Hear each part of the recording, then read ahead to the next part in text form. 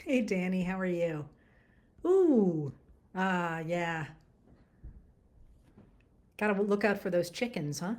Um, Texas, Louisiana. Actually, Nancy, I'm a good pie baker. I will say that. I have a recipe for uh, pie crust made with vodka, and it's fabulous. And the reason it's so good is because gluten, which is the strands of protein in flour that develop when you need them, um, can't develop in alcohol. So if you cut your addition of water to pie crust with vodka, I do 50-50, you get dough that's incredibly easy to work with, but that still bakes up really flaky. I should probably post that at some point. And if you're really getting exciting in the fall for apple pie, I actually sometimes use Fireball whiskey.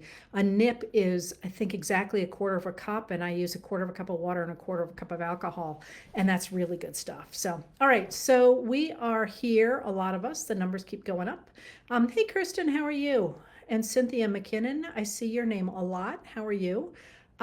Yes, I thought I'd mention the Washington Republicans today if I have a chance to and if I remember. Grand Rapids, Michigan. I was just in Michigan, not in Grand Rapids. What a pretty state you have. And Atlanta, Georgia. Mount Rogers, Latrobe, Pennsylvania. All right, we got a whole bunch of people here now. Let's get down to it. I'm going to talk about a lot of stuff today. I want to start, first of all, by saying that I was kidding when I said there wasn't much going on. There wasn't much going on. I don't know about the rest of you. I feel like there's a constant bombardment. And in fact, I'm trying to plan tonight's letter to already. And for the first time, one of the things that I've always tried to do is only write one letter, because I feel kind of like it's cheating if I write more than one. And today I was looking at the news and I'm like, I'm not sure I can do this. I'm not sure I can do all this in a letter that I want to keep shorter. I think they're getting too long personally. I like them to be no longer than 2 1/4 single spaced pages on Google Docs. And the last several I've done have been 3 pages. And that's, honest to God, that's a lot to read, I think.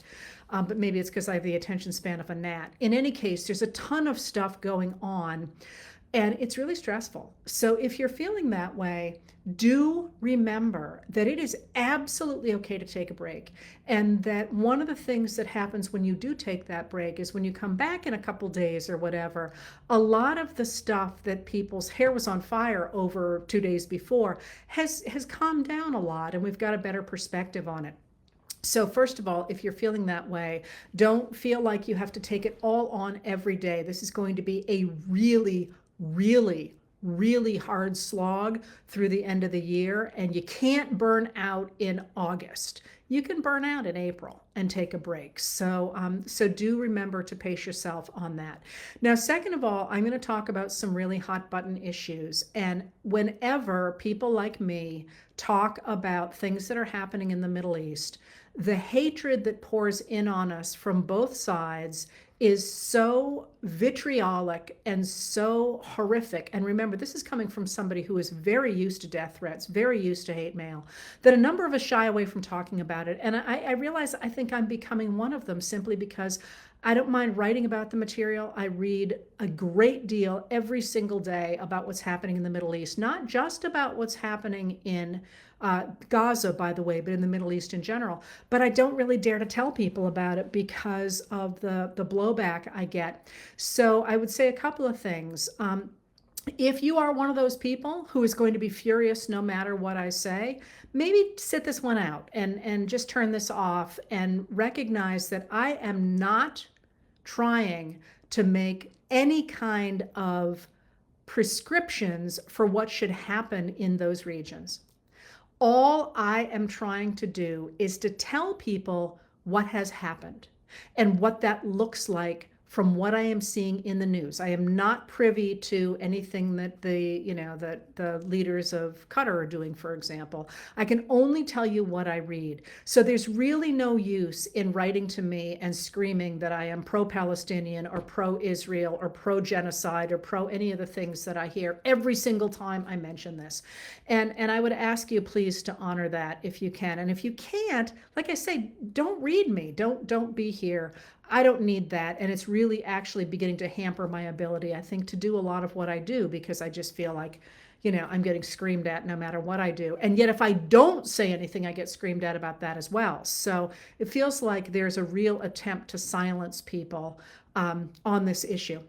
I am going to talk about protests today. So if this is a triggering issue for you, as I say, you might want to be somewhere else.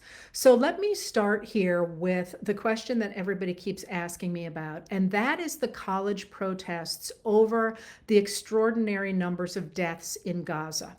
Now, I want to start, before I even get into those protests, with a truism in history that applies to what's happening in the Middle East now, but also applies to all of the places in our history where there is war going on.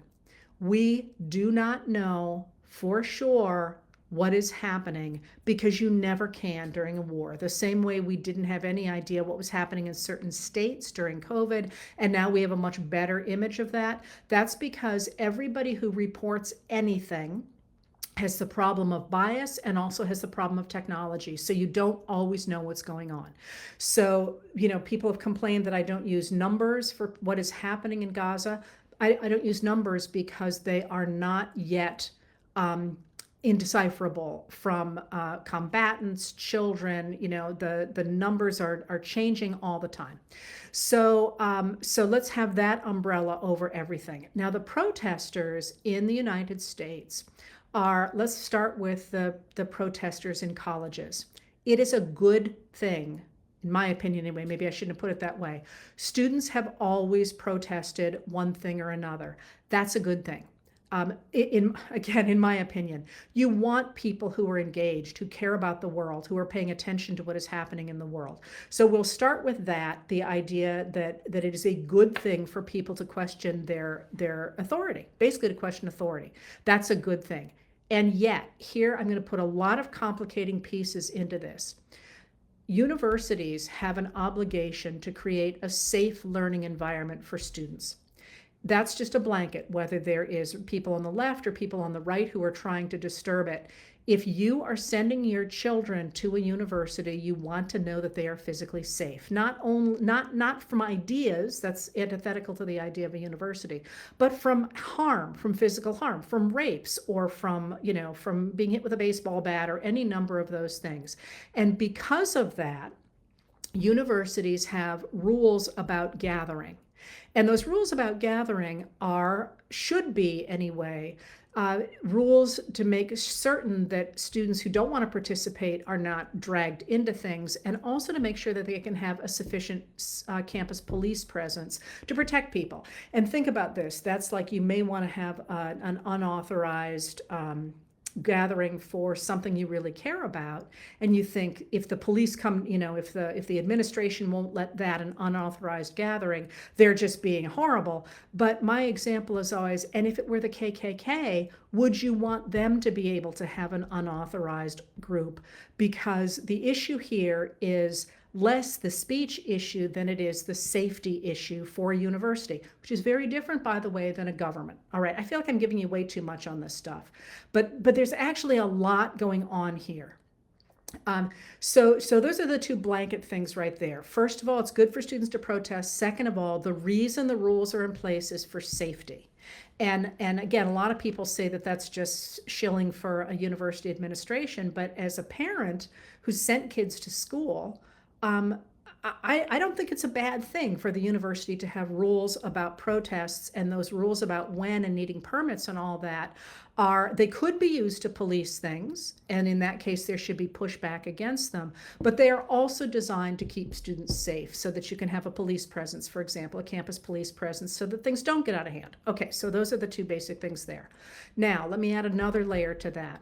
Another layer to that is that the modern American university system really got its feet under it in the 1960s and the 1970s. And because of that, there are a number of people in in universities who, especially those who care about history, for example, who are deeply rooted in theories of anti-imperialism and anti-colonialism. Okay, what does that mean? Anti-imperialism is a system that suggests that certain countries, and they're countries that are strong, usually wealthy, often Western, but not always. No, I shouldn't even say that. Countries that are stronger impose their will on smaller, less strong countries and make them do what those bigger countries want. That is imperialism.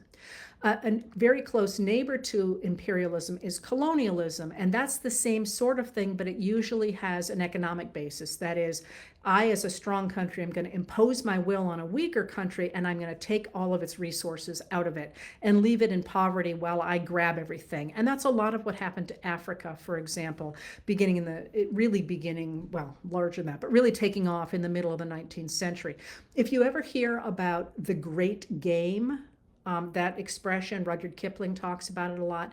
That was the rush to take over Asia, primarily by a bunch of European countries. And the great game was who could grab the most pieces. It's really this astonishing image, but that's what that was all about. And the place that nobody ever grabbed was Afghanistan. And the reason for that was because it was so hard to do. It's why they call it graveyard of empires.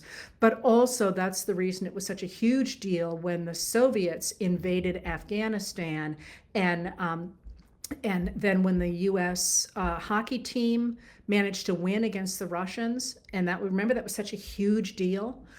That's why, is because it looked like the USSR had won the great game, and the US stood up to them in that hockey game. Anyway, so that's what imperialism and colonialism are, and that idea that stronger countries should take over weaker countries really is not in favor in most circles nowadays, and being against that is pretty normal, right? So if you think about at least in intellectual circles, if you think about the protest movements that you asked about, a lot of people asked about in Vietnam, against the Vietnam War, it made total sense, right? The United States was actively working to impose its will on the Vietnamese. And they actively had troops there that were trying to impose a government on those people that they did not want. And part of that, of course, was economic expansion and all the many things. There was certainly an ideological component of that, but the protests against the Vietnam War really fit very nicely into that anti-imperialism, anti-colonialism framework. Now, here's the problem with where the protests today are. That anti-imperialism, anti-colonialism pressure doesn't fit very well over this particular issue going on in the Middle East between, in the immediate sense, Israel and Hamas. Okay, so again, there's a lot of different pieces moving.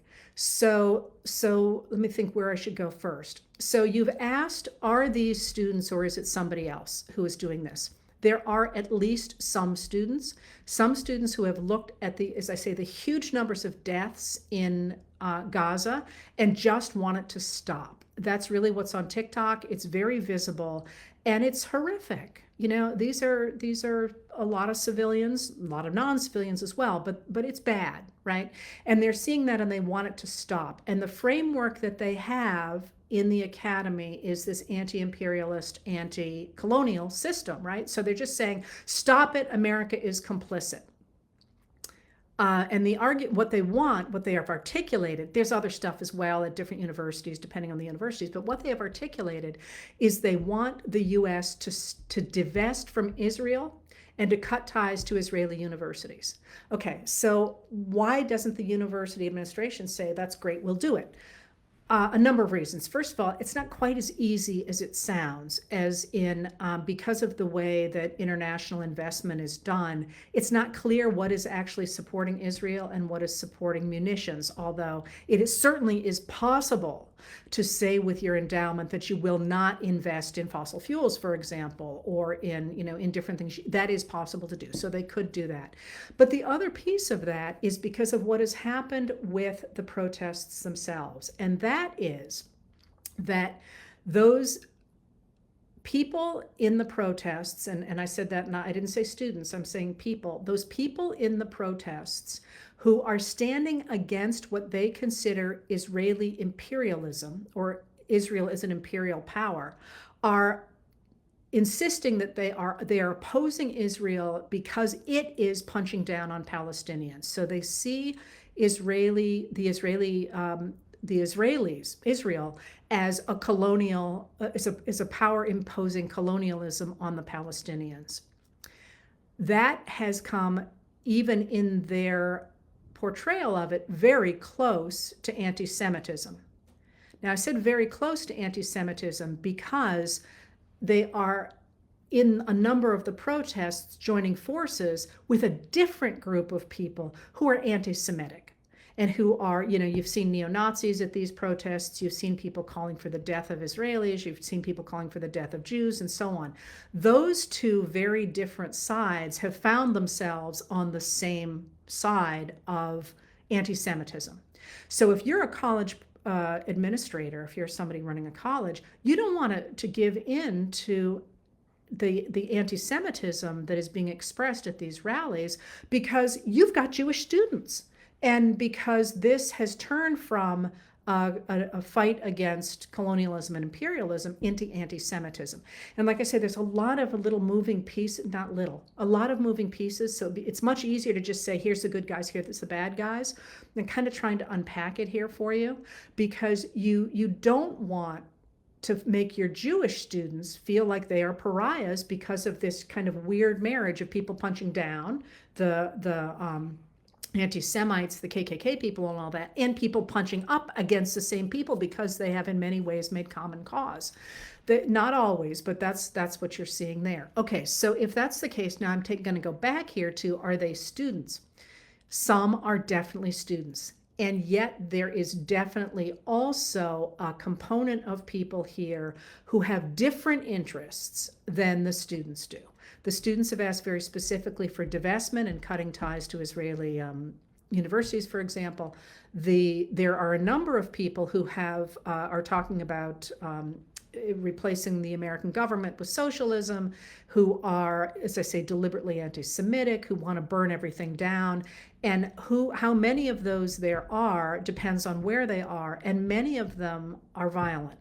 And so, for example, if you look at what happened at Columbia before the takeover, the buildings had happened, I guess, last night, or maybe it was this morning, which we don't know much about yet. A lot of the violence came from people who were not associated with Columbia. Now, when you say that, people say, oh, you're saying they're Russian agitators. No, I actually don't think that's the case. There are always agitators in the United States. However, there are certainly, we know that the Russians, and as well as probably the Iranians and the Chinese, wanted to use the issue of Israel and Gaza to divide the American population. And that's just a fact. We have the documents about that. And you can see that on social media, especially on TikTok. But there are also a number of people who are very, very eager to destroy American universities. And this is the piece that I feel like we don't see nearly enough. Think about what Republicans have to get people to vote for them in November. Virtually nothing. What they have gone with instead is to whip up the idea that migrants coming across the southern border are, as they say, an invasion that must be met with violence, must be met with troops, must be met with hurting people. In 2020, they did the same thing with the Black Lives Matter movement. Remember all the stories in the media about how there's this person in the Black Lives Matter movement and this person and all that. And at the end of the day, those were agitators who were not affiliated with the Black Lives Matter movement for the most part. I mean, there's people got a people, so there's always some bad actors. In this case, the agitation at universities is doing exactly what somebody on the right would want it to do. It's feeding the narrative that our universities are hotbeds of radicalism that want to destroy the United States. And that I feel like is not getting nearly enough attention, because if you look at the way that the radical right has grabbed hold of the idea of protecting people against anti-Semitism, which, by the way, they refused to say that they would not work with the KKK, is, I think, part of a larger attack on the American university system that you saw, for example, with DeSantis. You've seen it in other states as well, in Florida with DeSantis, is an attempt to tear apart the idea of education, and of liberal education. That is an education that encourages people to learn a lot about the world. So that makes me really not nervous about these protests. People have asked as well if this was going to be a huge deal in the election. And I will just tell you that, and I'm going to ask you more about this as well. I'm going to tell you more about this. You've asked if polls can be taken seriously, and the answer is political polls cannot. No. You notice I don't report on polls that have to do with the election, because they're not reliable in any sort of way. I mean, I could poll everybody in this room, and we could decide that Biden's going to win by 100% of the votes. Oh, there's only one of me. But what is more reliable are polls that poll people about how they feel about issues, and ones that are not leading polls. And there's a whole body of work on this in political science. But what they will tell you about young people and young voters is that they are not terribly concerned about Gaza and Israel. From the news, you would think that's all they care about, but in fact, their top concern is gun safety, and right below that is abortion. I mean, those are the really high-end issues. So I won't say that I'm not saying it's not an issue, but when people say, how concerned should I be about these polls, I am not at all concerned about students. I love that students get involved in stuff. I am more concerned about the way that the radical right are using the protests in order to suggest that education and what are considered liberal universities are trying to destroy America. Now, if you look at why that's an issue, so one of the truisms in American history is that Americans love protests until they turn violent. And I'm going to repeat that because it's a truism. Americans love protest until it turns violent. And what I mean by love it doesn't mean that that they don't fight back against it and all that sort of thing. But for mainstream Americans, so long as protest is nonviolent, they are willing to pay attention to it. The minute it becomes violent, they turn against it. And so the fact that there appears to have been violence is a real problem. And who did that, I think, is going to matter, although not many people recognize that there is a difference in the ideas of protest. And so it may not get reported on how and why that happened. But when something becomes violent, it works against, it loses popular support in the United States.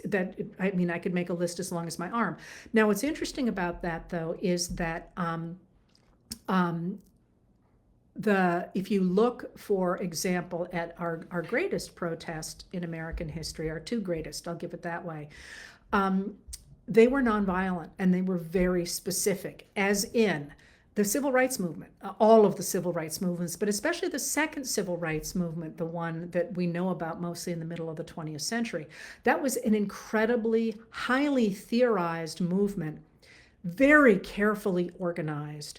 And it was based on this idea of nonviolence, in part because Dr. King recognized that the image in the United States of dangerous Black people who were armed was one that would turn ordinary Americans against them. And if you look, for example, and I know I'm riffing a bit here, but if you look, for example, at the I Have a Dream speech, one of the things I absolutely love about that I Have a Dream speech is it's so freaking smart. That there's so many things that King could have said then, and that he went on to say in his War on Poverty and so on. But if you reread the I Have a Dream speech, you will see that the language he uses is that of finance. He says, we have a canceled check. You owe us. We had a contract. And it's the language that would appeal to white 1960s businessmen. And that, they got the whole, hey, I got a check here thing. In a way, nowadays you wouldn't use that kind of an expression because most people don't do banking that way.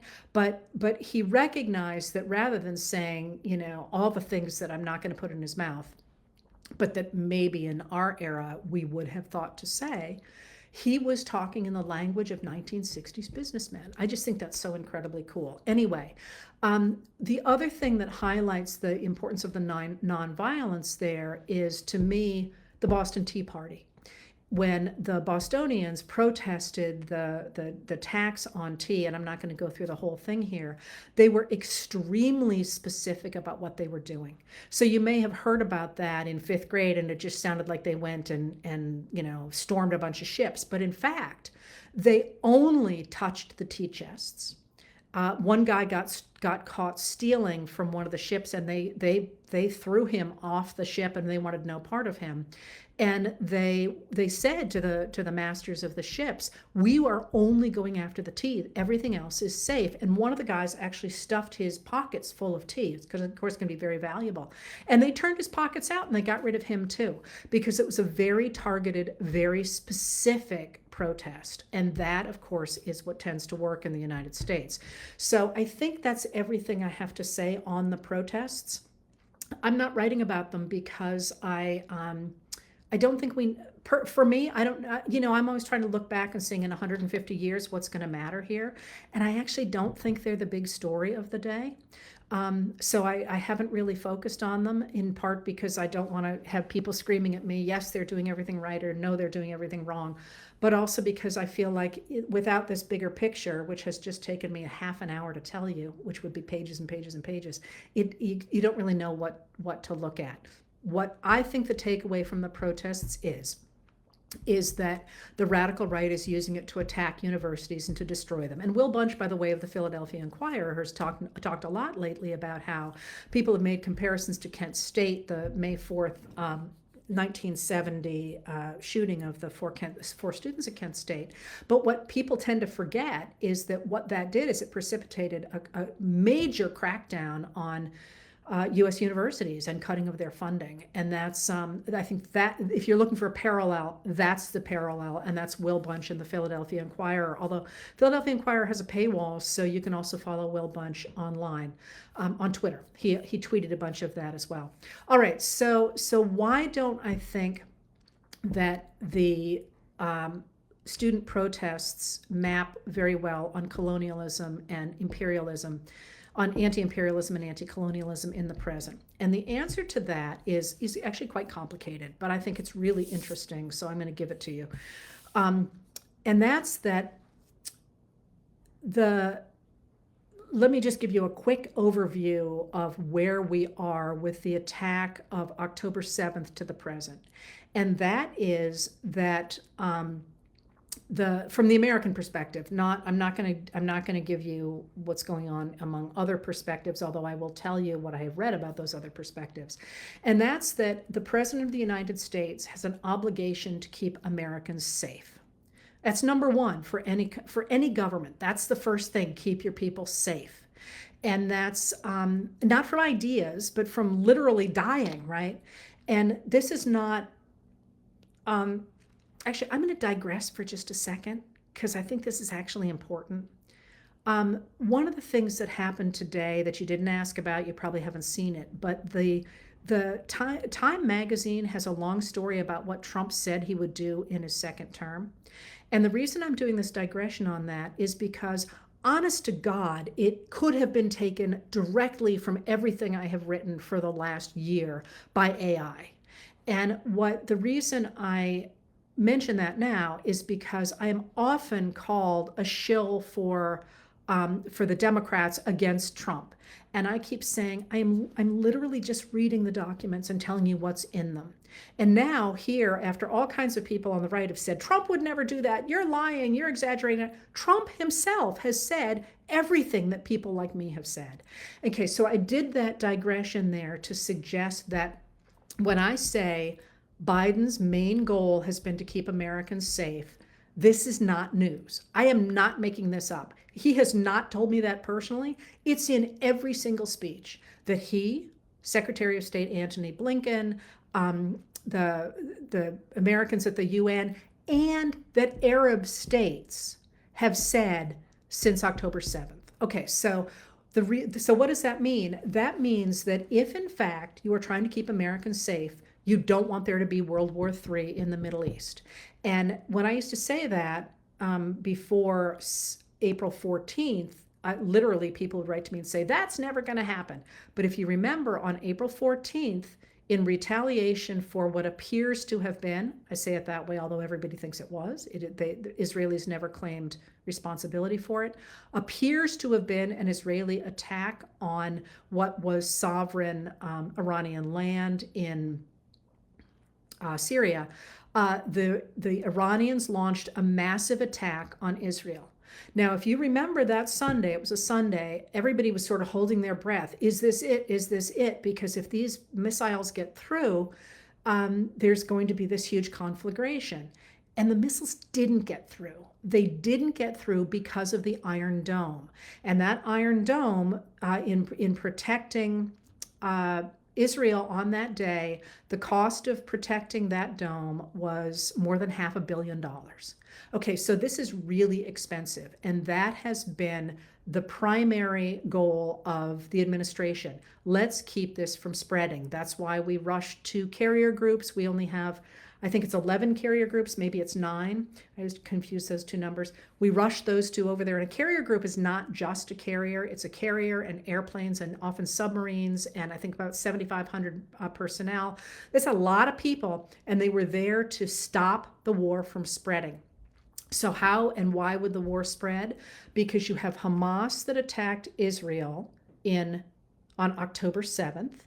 And that and Hamas has a history of attacking and then hiding behind civilians with the idea that retaliation against civilians will then create an international outrage that will make the barrage stop. And they did that with Benjamin Netanyahu, a right-wing leader in charge of Israel, whom they knew was gonna react as he did. And but it's important to remember that Hamas is in charge of Gaza, but Hamas is backed by Iran, and Iran also backs other non-state actors like Hezbollah in Lebanon, which is a very powerful non-state actor, and the Houthis in Yemen. So since the war broke out on October 7th, October 8th, whatever, all those non-state actors have been attacking Israel. And one of the things that you're seeing again and again and again from the state actors in the Middle East is them saying, did you notice we're not fighting? Did you notice we're not attacking Israel? That's a really big deal. It's a really big deal that they are not attacking Israel, because they are considering and are interested in recognizing Israel and organizing with Israel against Iran and against the non-state actors backed by Iran that are destabilizing the Middle East. All right, so where does the United States fit into this? The United States, of course, backs Israel because of the recognition that if it ceases to pour money in, it's going to get Iran might well be, Israel might well be attacked and turn it into a conflagration that is going to involve Americans, unless America simply walks away from its allies, which is a whole different problem. So, the United States of America backs Israel. The Biden administration does not back Benjamin Netanyahu's administration. So one of the things that the Biden administration is trying to do is to pull out of this entire mess a solution to colonialism and imperialism. So they are not, in fact, backing Netanyahu's insistence that Israel is going to remain in control of Gaza. And the administration has also sanctioned the people moving into the West Bank. We don't talk enough about the West Bank, but Israeli settlers have been really pushing into the West Bank in the midst of all this and killing people and taking over land. And the United States has actually been taking away their financial resources and telling them to stop doing that. So rather than backing that, they have been saying Israel has the right to defend itself, which it does under international law, that taking hostages is a war crime, which it is under international law, and that the Hamas could end the war tomorrow by returning the hostages. But at the same time, they've been pressuring Israel to respond within the rules of law to the attack on it. And the rules of law, by the way, are incredibly complicated. I spent a really long time reading about this, trying to figure it out. And the answer to my mind is that if you wanted to go into law right now, that would be a really interesting place to go because, well, I won't go into that. But so the question has been, is the Netanyahu government responding according to the rules of law? And there are those who say, including them, that they are. There are those who say that they are not. I am not in a position to judge that. I think many of us have opinions about that. The International Criminal Court, we know, or at least it has been reported in the last 3 days, is considering indictments against certain Israeli leaders for what has happened there. They have not handed them down yet. And is that something that makes a big difference? Well, maybe it doesn't make a big difference in terms of the fact that Israel is not a signatory to that court, but it certainly makes a difference in the court of public opinion. And that's really mattering here because at the end of the day, what the administration, the Biden administration, has been doing since it took office, and this has gotten like crazy little attention, although again, it's no secret. Blinken gave a huge speech on it, is they have tried to square the circle of democracy and colonialism, because this has always been a problem for the United States. It's a problem, by the way, that we first recognized in 1898 when the United States took over other countries, especially the Philippines, to impose our will on that.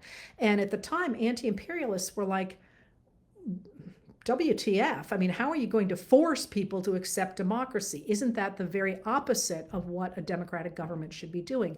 And for the United States, spreading democracy has always had a problem.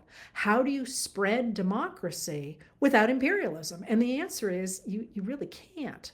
And that's often goes hand in hand with colonialism. And this is how you get the messes that we have gotten ourselves into in our own generation, we're going to reshape the Middle East, right? And again, I'm not talking about the history of the Middle East here, but the Biden administration has attempted a new form of foreign affairs. And that is the idea, it's got a terrible name. They call it, I'm not even going to tell you what they call it, but they have tried to set up around the world, I call them privately ad hoc committees. That's not what they call them. Their name is even worse than ad hoc committees. And what they're trying to do is put together groups of countries to deal with problems that matter to those countries. So rather than the United States, for example, saying to Latin America, screw you, we're going to do immigration all by ourselves. Since the Biden administration took office, it has been repeatedly in visiting different countries in Latin America, trying to set up ways in which people can apply for asylum from their countries so they don't come into Mexico.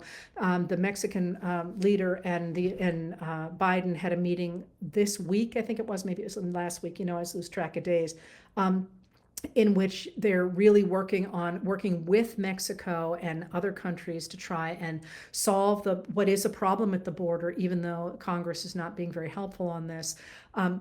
They try and put together these committees, really, to say, here's an issue. Another one is fentanyl.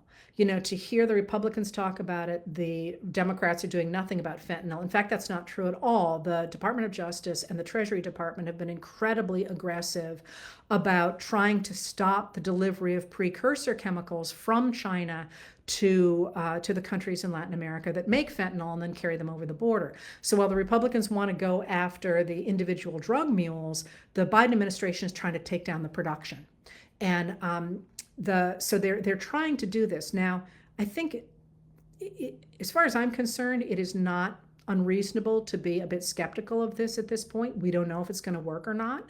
But the idea that we should work with other countries to come up with the kind of solutions that will work for the whole world is a really important one, especially in a time of pandemics and climate change. And this is, of course, why the Biden administration was so proactive about finally making sure the African Union gets a seat at the G20, which it's never had before. And African countries were like, hey, you guys make these decisions, and then we're the ones who have to deal with the consequences. So they're trying to get away from that old model, which may or may not have explicitly been imperialist or colonialist. But even if it wasn't explicitly that, it pretty much was, right? So they're trying to get away from that model. So what that means in the Middle East is something that the United States media, I think, is not, although that's not entirely true. I shouldn't say that. There was a great piece yesterday in the New York Times by Peter Baker, and the Wall Street Journal has been all over this, and so has the Christian Science Monitor. What they have tried to do is work with Arab states, as well as Israel, but with Arab states, to come up with a solution to the long-standing problem of the violence surrounding the Palestinians and surrounding Israel, including all the different voices there.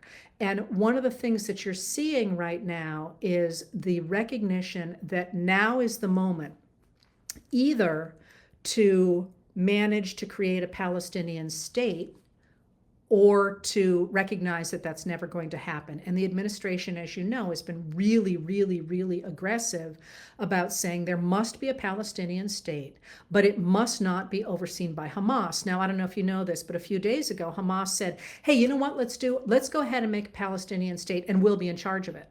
And the other countries said, ain't freaking happening. We would love to have a Palestinian state, but we're going to get rid of Hamas before we do that. So over the course of the last several months, the Palestinian Authority, which is really kind of weak and corrupt, has been replaced, and there has been a new Palestinian Authority put into place.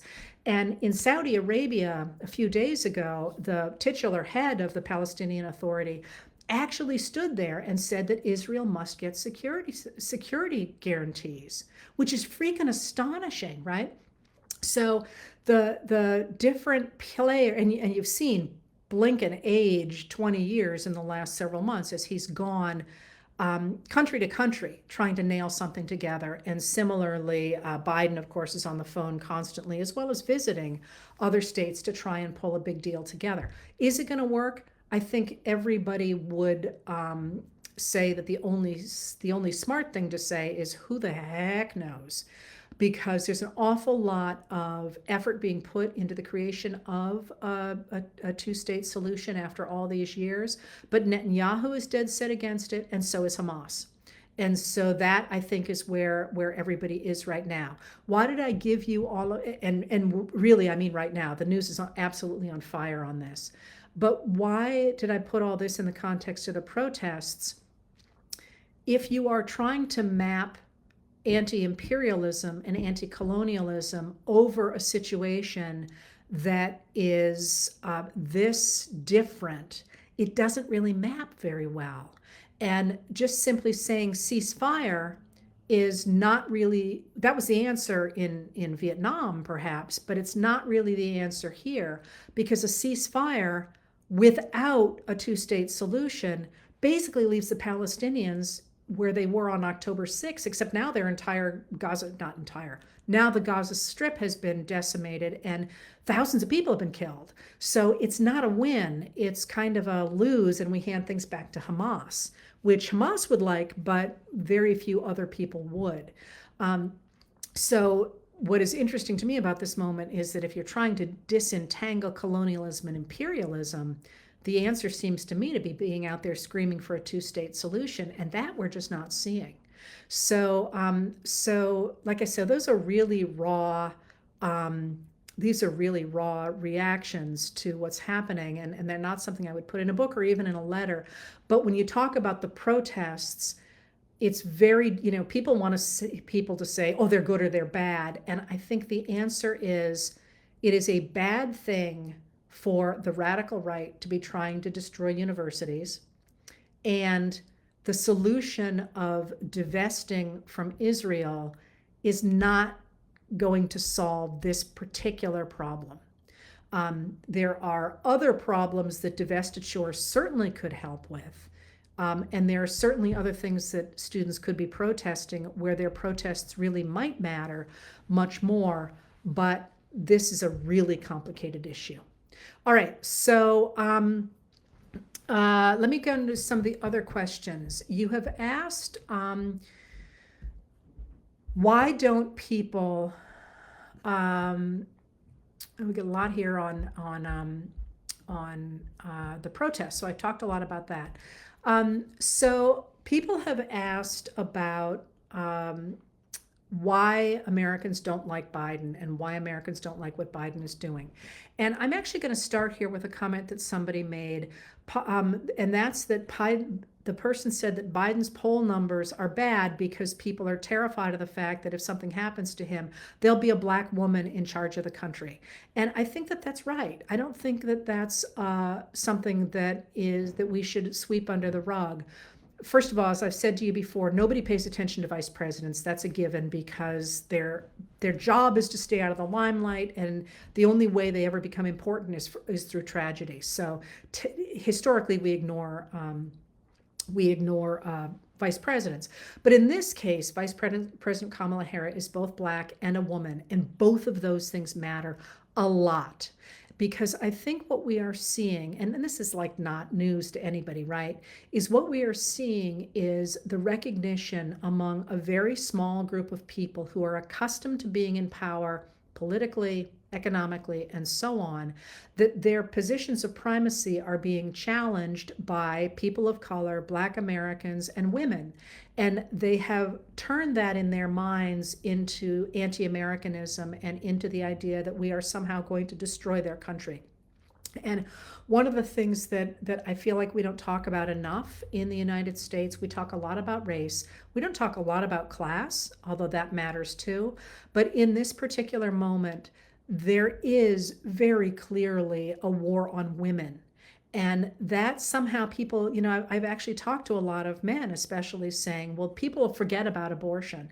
And I just find that mind-boggling because the idea that women cannot control their reproductive rights is a profound attack not only on women's reproductive rights, but also in women's ability to earn a paycheck and to participate in government and do all the things that we have managed to do since the protection of contraceptive rights, but also since abortion rights. And I think you see this and what that means with, for example, that Time magazine article about Trump, in which he says he would be okay with, or at least he would not object to states policing the idea of pregnancy, that the states can monitor women's pregnancies to make sure they don't abort children. That is absolutely mind-boggling. The idea of state intrusion on something like reproductive rights is, I mean, to me, it harks back, for example, to the 1920s and the eugenics movement. The idea that, the state gets to decide who has children and who doesn't have children. And in that case, as you know, the state, exercised sterilization against those that they considered, insufficiently prepared to be parents. And by the way, that program continued on indigenous women until the 1970s. So this idea that somehow it's okay for states to police pregnancy, to me, is just absolutely mind-boggling. So I think that that's part of it. I do think that idea that there is that women and people of color are dangerous to society. And I've talked about this all the time, how this comes back to the idea that they would use tax dollars for public good, and that would come from from white men, and that they would end up redistributing wealth from hardworking white men to people of color and all that. I've talked about that so much. I'm sure you're all sick of it. But I don't think that's the only thing going on. I do think that I think we recognize that the media is not reporting what Biden has done well. It is very deliberately reporting, basically trying to keep things even by saying bad stuff about Biden because they're just saying bad stuff about Trump. And one of the things that Biden has done, which I just find fascinating, I've written about it quite a bit this week, is that, between 1981 and I'm sorry, 1981 and 2021, our governmental system was set up both to concentrate wealth among a very small group of people with the argument that they were the ones who really knew how to run society. And you see this, by the way, in this increasing attempt of people like the Washington State Republican Committee, which has come out with a platform that stands against democracy. They don't want ordinary people to vote. And what that's done, that theory has done, is it's concentrated wealth among a very small group of people as much as $53 trillion in that 40 years. It's really concentrated wealth upward, even though people at the bottom don't understand that that's what's happening and blame people of color, for example, on the fact that their jobs have been hollowed out and their pay has been hollowed out. Well, what the Biden administration has done is it has worked really hard to use the federal government to level the playing field, to smush that distinction between the very people, the wealthy at the very top and the poor people at the very bottom. And what that's done, for example, is they have stood against a lot of consolidation in the market, the monopolies that have made it harder and harder for startups to get through. Most astonishingly, they managed to get rid of, although it's already being challenged in court by the chambers of commerce, for example, gotten rid of non-compete clauses. Which were affecting as many as 1 out of every 6 jobs. Now, if you're a designer for I'm gonna use the word, if you're a designer for Disney, there's a reason for there to be a non-compete clause, right? That you don't want to learn everything there and then take it to somebody else. That's not fair. But if you're a fast food worker, all non-compete clauses do is they keep your wages down, because they say you can't go over and work for, you can't flip from one fast food organization to another, or things like that. So they've gotten rid of those. They have, there's a whole bunch of stuff they've done. And what we have seen is extraordinary wage and wealth growth among the younger people and among poorer people. So if you divide the US into quintiles of 20%, if you're in the bottom 4 of those, so 80% of us, our real income has gone up since Biden took office. That is, we've made more money than we've lost through inflation. So things look really good if you're in that group. But if you're that top 20%, the opposite has happened. You actually have lost money since Biden took office. And no, that doesn't have anything to do with the stock market. The stock market's been booming and all that, but is a macro look. So why does that matter? It matters because those are the voices that you keep hearing about how bad things are, because they're the people that tend to get interviewed by media people, and they're the people who tend to be screaming on TV, and they're the people who tend to be writing letters to the editors. So I think that the picture that people have gotten of the economy is just wrong. Now, one of the things that came out today that was really interesting is that not only do we have that, we also have the problem of disinformation in the media. But one of the studies that came out today showed that for people who are actually following the political news through real websites or real newspapers, not the Gateway Pundit or something, but actual news sources, they are breaking very heavily for Biden by, I think it's 14 points. But if you're not paying attention, so it's all sort of ambient noise, you back Trump. So one of the things that is going to be really important in the next several months is making sure that the ambient noise calls attention to the fact that Trump called today for overturning democracy, and that there is a real anti-democratic movement out there. So when people back Trump now, overwhelmingly, they are sexist or racists. I mean, those are definitely there, and they are people who may not articulate that they are sexist and racist, but they definitely, and I have somebody in my mind as I'm saying this, they definitely like the idea of a series of hierarchies in society and them at the top. And they need that boost through societal biases, because otherwise they wouldn't be there. They're not that good at what they do. So there are those people, but then there are also a lot of people who are misinformed. And if they were informed, they would break for Biden. So that's the answer to that question. Somebody asked some easy ones now before I go. Oh, there's interesting things here. All right. Somebody asked about student loan, the program student loan forgiveness, and this is a really easy one. That's not tax dollars that are going into the student loan forgiveness. And this is another attack on education, by the way, when people are screaming about how these ne'er-do-wells who took loans never paid them back. In fact, the loan system is very complicated, and I'm not going to go through the whole thing now, but as Americans ceased to invest in public colleges especially, the cost, they didn't get cheaper, the cost went on to individuals at the same time that society basically said you must have a college education to survive. So a lot of people got college educations that might not otherwise have chosen that. But in a number of the loans that people took out was written into the terms of the loan that if you paid back your loan for a certain number of years without missing a payment, it would be forgiven. And that would be, it would be forgiven if you took certain public service jobs, teaching, firefighting, those sorts of jobs. And crucially, there was another piece in a number of those contracts that said that if in fact you got your education and for one reason or another you couldn't make the loan payments that were there, that you were supposed to make for financial reasons, you could have those adjusted. You would sit down with a counselor, and they would become adjusted so they were a piece of your income, and that would still count toward that 20 years or whatever the loan thing said. But in fact, what happened was that, and those were the terms, that was the contract. Go back to Dr. King, that was the contract.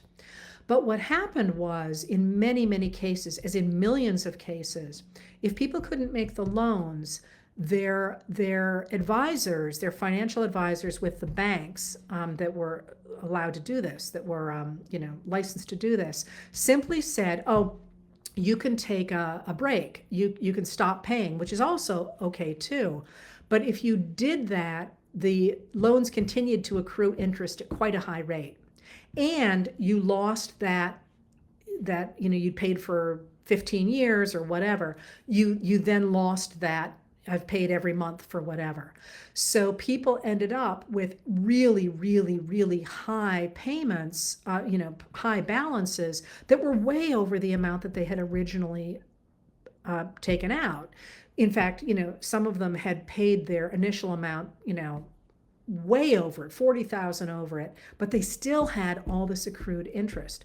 So what the administration has done, and the number of people who'd gotten the terms of the loan was crazy low. And under Betsy DeVos, who was Trump's education secretary, she basically said, we're not going to do this anymore. She didn't entirely, but basically. So what the Biden administration has done is to revisit those loans and say to people, let's sit down with you and let's see how this worked out, and let's see if you were taken advantage of. And they have found millions and millions and millions of people who basically got screwed. And that wasn't because necessarily the banks were trying to mess them up, but because, there was a lot of information and people felt, well, if you can't pay it now, I'll just take a break, just take a break, that's easier. And they ended up messing up the system. So it's not that they're getting taxpayer dollars and refusing to pay it back. It's that they are finally getting their original contracts honored. And many of them have paid that loan over many, many times. And not paid it over, but literally there's people who are grandparents and who are still paying off their grandchildren's loans, in part because you can't get rid of student loans through bankruptcy either, which is another thing. You can get rid of almost every other debt, but not student loan debt. So you asked that, and I'm going to leave here. Somebody just said something that I think is maybe a good note to end on, and that's that the country feels really unsettled right now, and it feels really stressful, and there's so much going on. But one of the reasons for that, and one of the reasons that I take such hope, is it's because people are finally paying attention to the fact the deck has been stacked against us over the past 40 years. And I don't just mean financially, although there's that. I mean the fact that, that the Biden administration has finally called out the junk fees that are on absolutely everything. So, for example, Ticketmaster is the one everybody points to, but Buddy and I have been traveling all the time, and we went to rent a car the other day, in, I don't remember where we were. And there was this poor woman. And if you rent a car, you rent it for a certain amount of day, but then you get to the rental agency and there's a fee for this and a fee for this and a fee for this and a fee for this.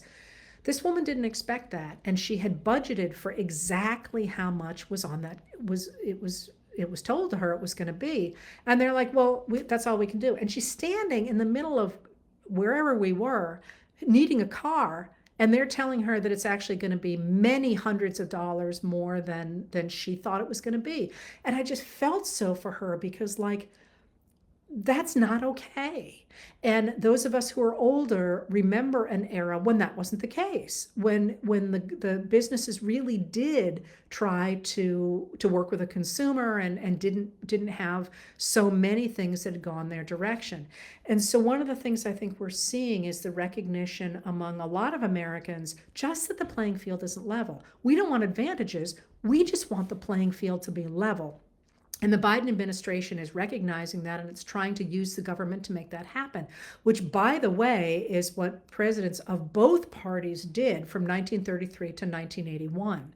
So they're returning to a world that we knew, but what that means is that people who have become accustomed to running everything are seeing this as a real attack on their ability on their world, because they're accustomed to having these advantages, to being able, for example, one of the things that happened today is Lena Khan at the Federal Trade Commission, as you probably know, took on the people who make asthma inhalers a few months ago.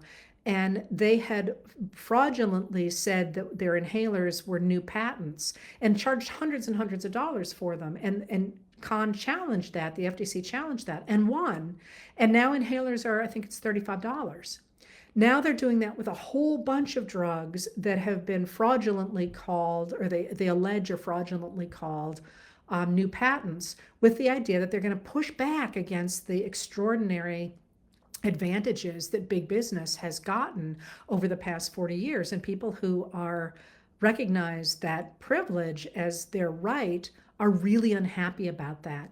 But there was a term in 19th century medicine before they really understood germ theory. And it's a horrible term, but it's one I think about in things like this. It was called laudable pus. And what they meant was that once you had an infection was really bad, you could die from it.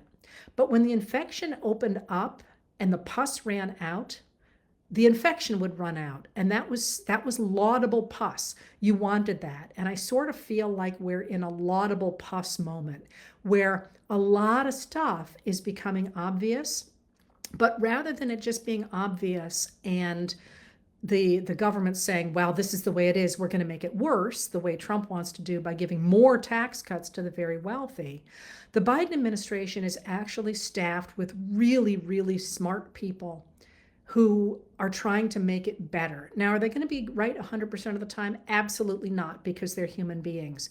But they are working to do it the best they can, and they're working to recreate a fair society. And that is, I think, worth paying attention to historically, because we're definitely in a new era. But also, when I think about how to think about things that are going on, I am inclined to trust that the administration is trying to do what's right. Mind you, I don't always agree with what they're doing, but I trust that they're trying to do what's right. Republicans have lost me on that one. That's not to say they don't.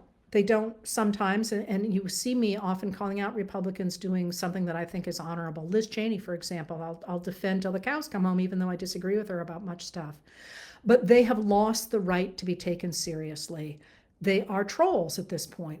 So when you look at the protests, for example, and you see Republicans screaming about how terrible they are, I'm suspicious. Until you prove otherwise, I'm suspicious. All right, so once again, take it a little bit easy. Lots going on, but in a way, it's kind of cool that there's so much going on, because there's so many places that we can make a difference, and that's not a bad thing, I think, in our world. All right, hope that helped, and I will see you tonight. I mean, because I'm writing tonight. You don't have to log back on. Thanks for being here.